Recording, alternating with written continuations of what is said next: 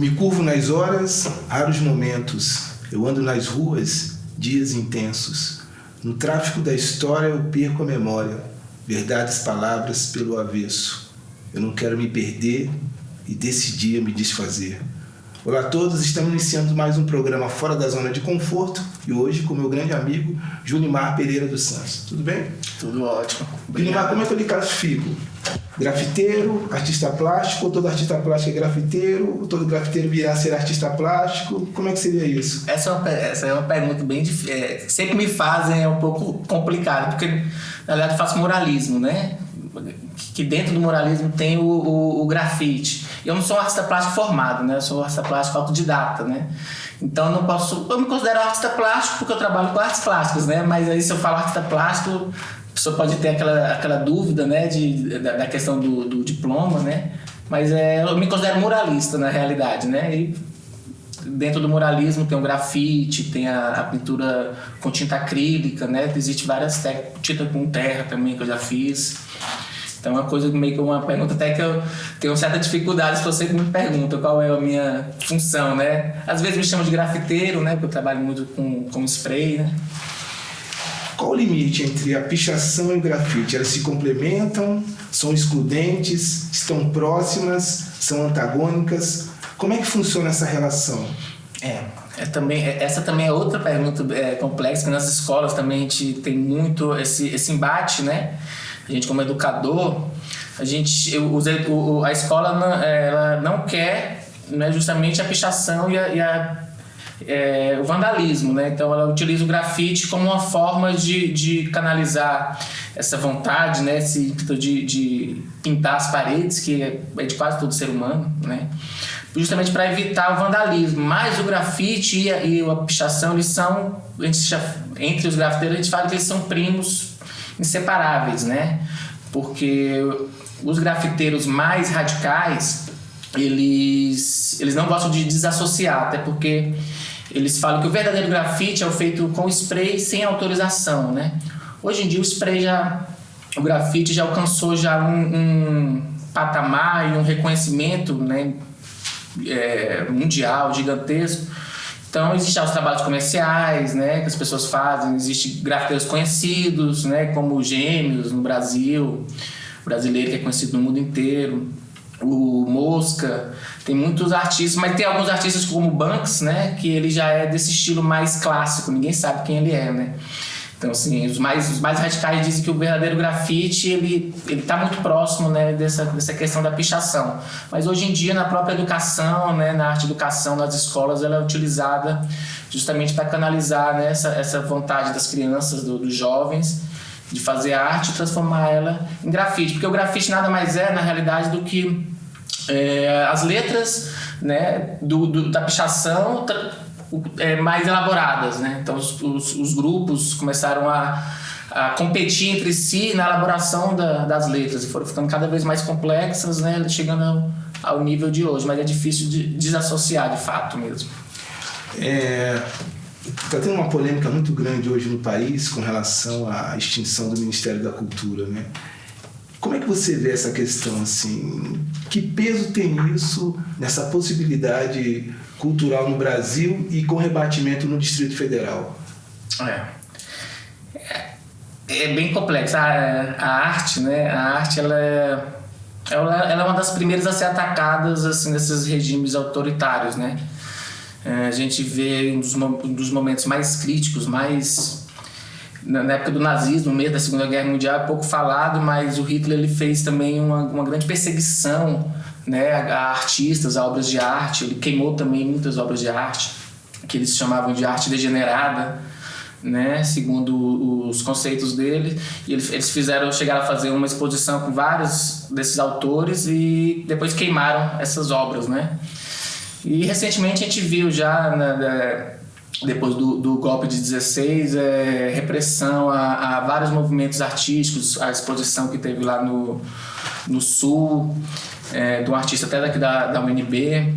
Então, assim, porque a arte ela tem um poder realmente muito grande, né, nesse momento. Mas eu acredito que, eu falando, né, como artista, é um momento também de muita coragem, né, não de medo, né, porque quanto mais complexo Tem um poeta, eu vi falando um dia desse, quanto mais complexos os tempos, mais é necessário poesia, né?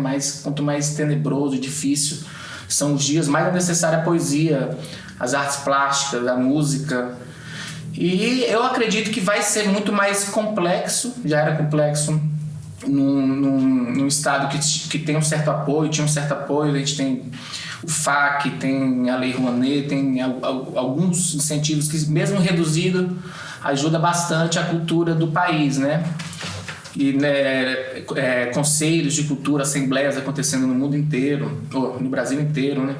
Então isso é uma coisa que a gente, são vitórias que a gente tem que se a gente não conseguir não perdê-las, né, já é bastante, né? Mas eu acredito que vai ser dias bem difíceis e complexos assim para todos os níveis artísticos, na música, na literatura, nas artes plásticas, né? A gente trabalha com liberdade de expressão, né? É por isso que a gente acaba se tornando um perigo nesses tempos assim autoritários, né? É o que eu penso. Você considera a arte um ato mais emancipador que tem para o adolescente? A possibilidade de uma consciência crítica, a possibilidade de conhecimento de espaço, territorialidade. A arte é o elemento principal nisso? Você acha que sim? Sim. Eu acho assim, que na escola as artes ela tem um poder muito grande. Na experiência que eu tive como educador no grafite, né?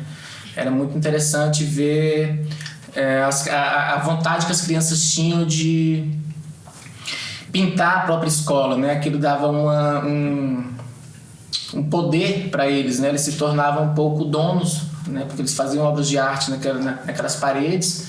Você acaba que derruba aquela parede de forma simbólica. Eu gosto muito de pintar paisagens, que eu costumo dizer que a paisagem ela realmente derruba a parede visualmente e acaba que simbolicamente também, né? Então eu vejo a arte como muito poderosa. Na escola que a gente trabalhava, a escola integral, né? Eles passavam o dia inteiro na escola, né? E para a maioria dos jovens é um pesadelo passar o dia inteiro na escola. Eles gostavam muito dessa parte da educação integral porque era mais lúdica, né? Tinha música, tinha as artes plásticas, tinha o teatro, né? Então ali eles tinha a dança e ali eles se soltavam e o rendimento, o próprio rendimento escolar nas matérias convencionais eram melhorados, né? Porque eles estavam aquela energia, né, que todo jovem tem, era utilizado no teatro, onde eles gritavam, era utilizado no spray, era utilizado na música. E aí a questão da terapia, né, que a arte, eu costumo dizer que a arte-terapia é até uma figura de linguagem assim, que é a mesma coisa, né? Eu vejo que todo ato artístico ele é terapêutico também, né? Então o ato de você pintar, de você cantar, tocar, você está se conectando consigo mesmo, né? E aquilo ali te traz uma paz, uma tranquilidade. O ato de você fazer aquilo, de estar focado naquele trabalho, traz benefícios. Eu já dei aula de malabares também, traz benefício enorme para crianças de 10 a 12 anos, 8 anos, a questão da psicomotora, a questão da autoestima, né? De você superar aquela manobra, de você se superar artisticamente. Então eu vejo como um papel muito importante a arte dentro da escola, né? E falando sinceramente assim do fundo do coração, você está satisfeito com as políticas culturais aqui no Distrito Federal? Sempre no Distrito Federal, particularmente, assim, o último governo acreditávamos que seria bem melhor. A gente tem algumas leis, né? O FAC é uma ferramenta muito boa, mas ainda pouco divulgada, né? Com pouco acesso. Na minha cidade mesmo, no Guará, temos ótimos espaços culturais que não são bem utilizados. A cidade tem muitos espaços culturais, desde o plano piloto, a Ceilândia, que são mal utilizados e tendo uma grande quantidade de artistas em todas as áreas, né? Na música, no grafite, no break. E eu sinto ainda que, por ser a capital do país, ainda é pouquíssimo explorado a questão de grandes eventos. São eventos muito caros normalmente. o mesmo festival que acontece no Nordeste ou em outras regiões, outras capitais, é 1/3, 1/5 do valor aqui de Brasília, né? O que torna o acesso restrito, principalmente nas periferias, né? Que onde há mais necessidade de cultura é onde o acesso é mais dificultado, né? Pelo próprio transporte, que já é precário também, que é difícil. Mas espaços culturais, os poucos que a gente tem, daria para ter uma boa programação, né? O Guará mesmo, ele tem um teatro de arena para 7.000 pessoas, assim, pouquíssimas pessoas sabem disso. Então, pra gente que mora lá como produtor cultural, como artista, não tem essa facilidade, essa desburocratização, né, do Estado para os artistas estarem utilizando os espaços. Acho que falta muito ainda pra gente, por ser capital do país tão, né, múltiplo, né, de tantas múltiplas culturas, ainda é muito fraco ainda, assim, essa relação da arte, a sociedade e o poder público, né, eu acho. Nos bastidores aí que eu estava conversando com você me disse que estava concorrendo a gerência de cultura, né? O que te leva a fazer isso? É o desejo de meter o pé na porta e trazer as coisas que estão no MISA? Tem medo? Você tem medo disso? Tem preocupação? Sabendo que vai estar de um lado que você nunca teve, ou já teve algumas vezes e experimentou. Como é que você está vendo essa relação e por que te leva a tomar essa decisão? Existe um certo receio, né? Assim, a gente que é artista,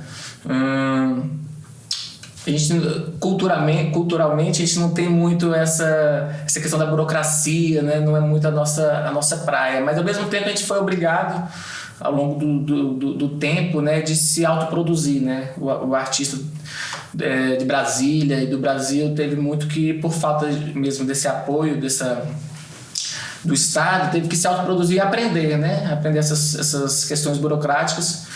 E eu tenho uma certa experiência, assim, uma experiência na parte de produção, né? Passei por várias áreas da arte, além do grafite. Tentei a música, estudei música por um tempo, mas minha voz é péssima. E pelo Malabares, passei pelo Malabares também, pelo artesanato, pela produção de evento. Então, assim, me afastei um tempo justamente pela dificuldade, né, do diálogo real, né, entre a sociedade, o poder público e os artistas, né.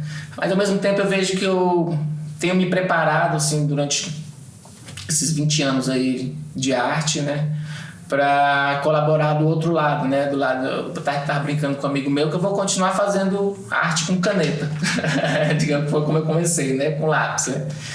E é um desafio, mas que eu acredito que a democracia, ela deve possibilitar o acesso de todas as pessoas, né? A gente tem exemplos em todos os níveis da política atual, que a gente vê que não é necessariamente... não existe a política profissional, né? Porque senão todo mundo teria que fazer um concurso público, né, para participação política, né? A gente vê políticos em todas as áreas, né? De todas as áreas. Então eu estou me sentindo bem à vontade, assim, com um pouco de receio, lógico, né?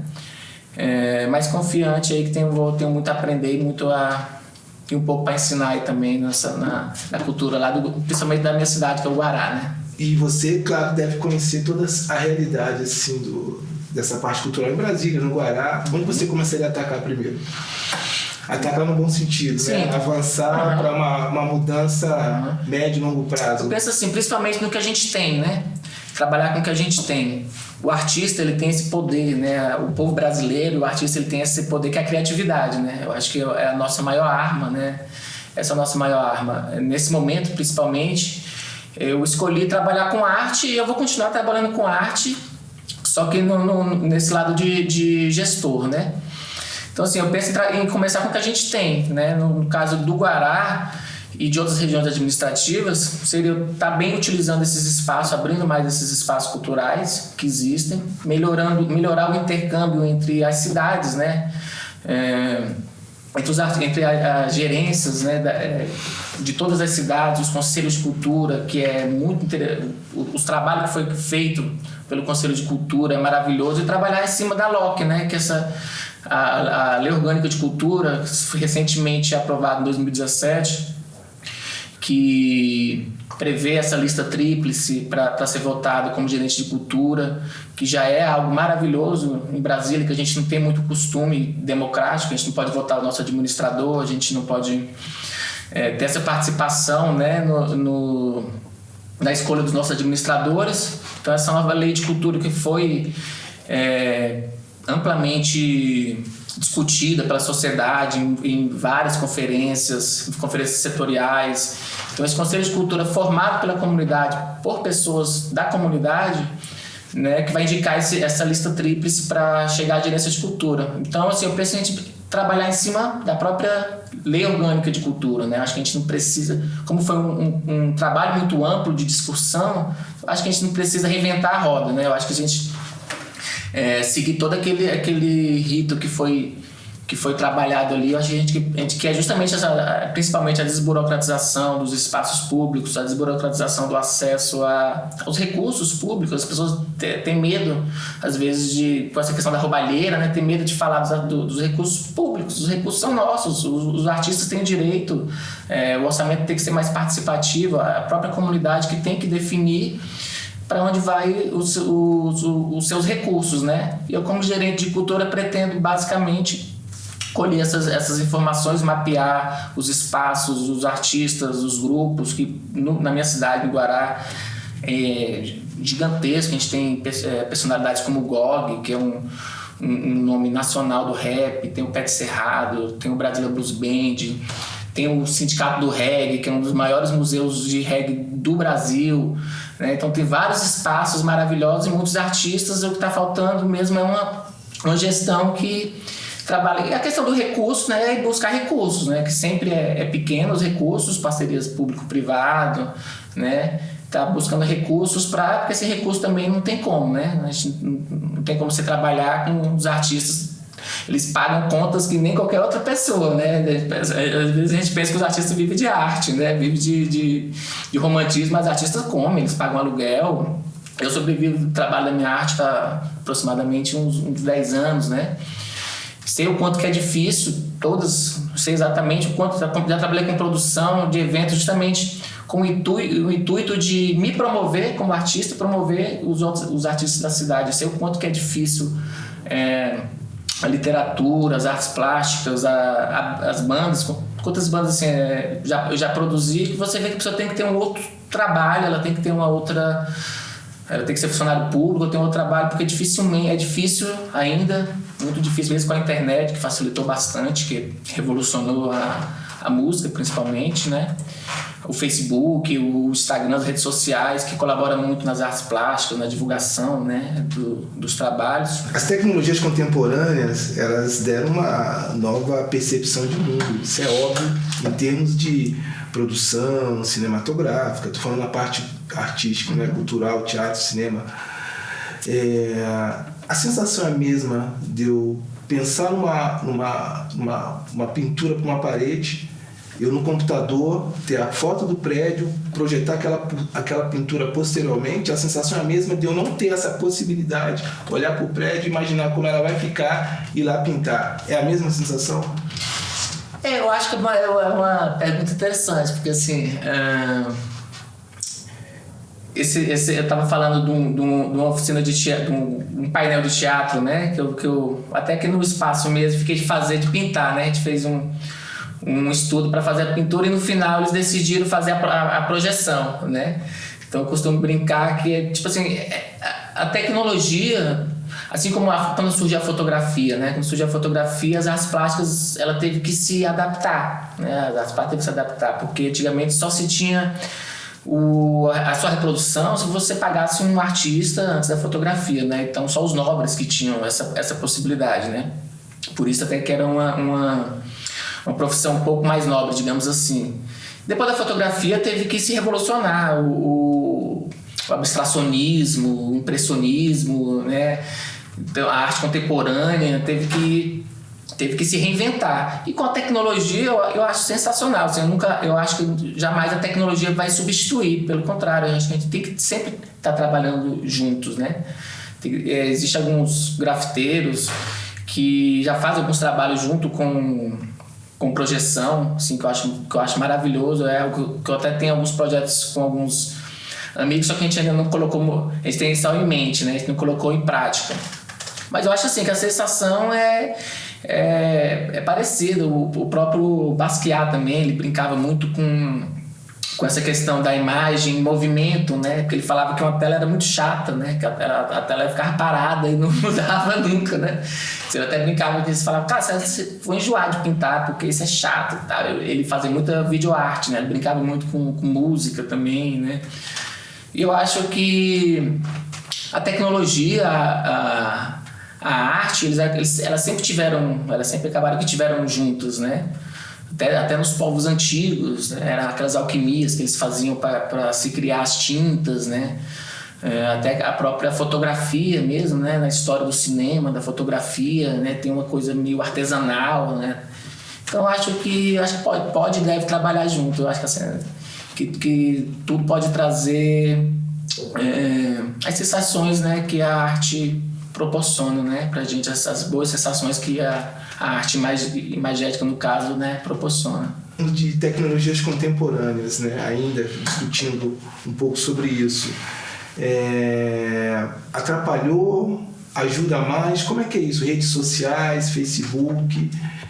Como é que é essa imersão de muitas informações, muitas pessoas postando várias coisas? Como é que você consegue administrar isso tudo e manter o foco da visibilidade em você em algum dos seus trabalhos? Eu acho que a internet, ela colaborou demais para todas as áreas, né? Na área da pintura, eu acho que é sensacional, tipo assim, o Facebook, né? O Facebook, ele tem aquele fundo branco que ele pega como se fosse uma revista, né? Ele destaca muito uma imagem, é muito bom para uma imagem. Às vezes um vídeo, uma música, nem sempre você dá o play. Bem que agora eles criaram um sistema ali que acho que dá o play automático, mas não sai a música, né? Você tem que ter aquela opção, né? Justamente para... E a pintura meio que a pessoa é obrigada a ver. Ela passa a foto, né? A fotografia, né? A pintura ela é obrigada a ver, né?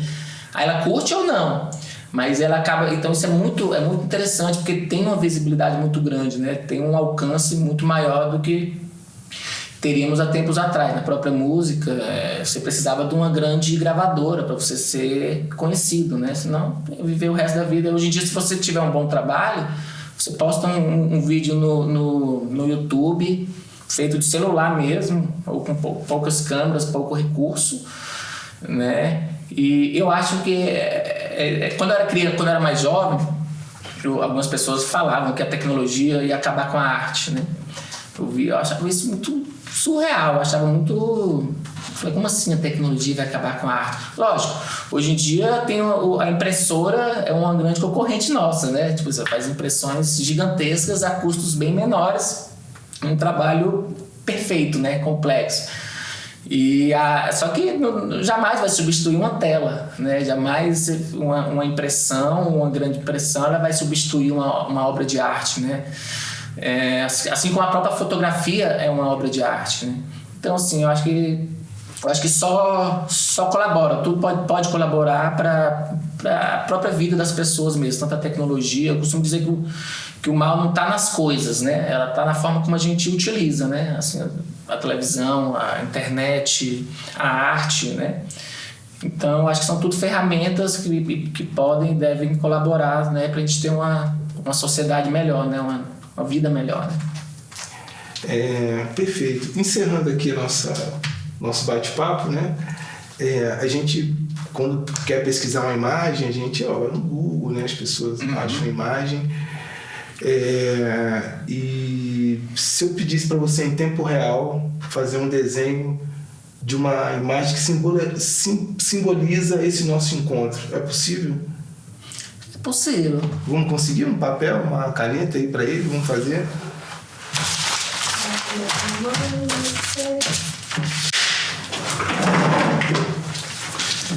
Vou fazer tu mesmo, então. Bem rapidinho. Rápido, mais bonitinho, fazer com o caminho.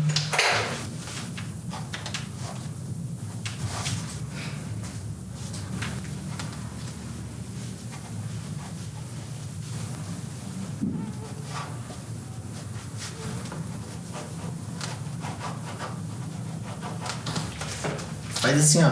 Assim como se estivesse na bola. Aí. Tipo um mago.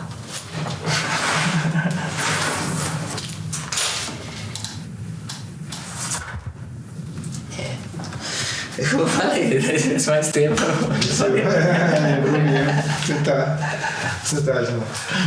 Lima, muito obrigado pela sua presença e a gente torce que você tenha sucesso no seu pleito de ser gerente de cultura. Caso isso aconteça, nós vamos esperar um tempo você trabalhar e vamos trazer você de novo aqui para ver como é que está sendo essa experiência. Vai ser uma honra, eu que agradeço, eu fico muito feliz pela oportunidade. A gente costuma dizer que quem não é visto não é lembrado, né? Assim, pro artista é muito bom todo tipo de espaço, né? Como gerente de cultura ou não, se eu chegar lá, já fico muito grato pelo espaço e pretendo voltar aqui, ter outra oportunidade, com certeza. Ok, obrigado. Obrigado. Valeu.